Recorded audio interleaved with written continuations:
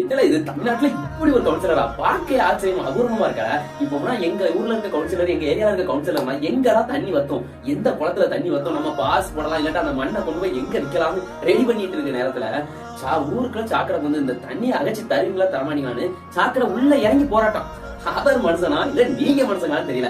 அதாவது பரவாயில்ல, இங்க கடைநல்லூர் கள்ளக்குடி கொலைநீர் குளத்துல இருந்து நம்மளுக்கு ஒரு தண்ணி கேட்ட தரமாட்டான். அவங்க அங்க இருந்து ராஜசேந்திர பைப் போட்டு எங்க தனியார் நிறுவனத்துக்கு தண்ணி கொடுக்க பைப்போட ரெடி பண்ணியாச்சு. என்னப்போ ஊர் மக்கள் எம்எல்ஏ எல்லாரும் போராட்டம் பண்ணி எப்படியே ஜெயிச்சிட்டாங்கன்னு இருக்கேன். இங்க நம்மளுக்கு காமராஜர் காலத்துல அடிக்கல் நட்டு போனாங்கடா, எங்களுக்கு ஒரு கால்வாய் வருதுன்ட்டு.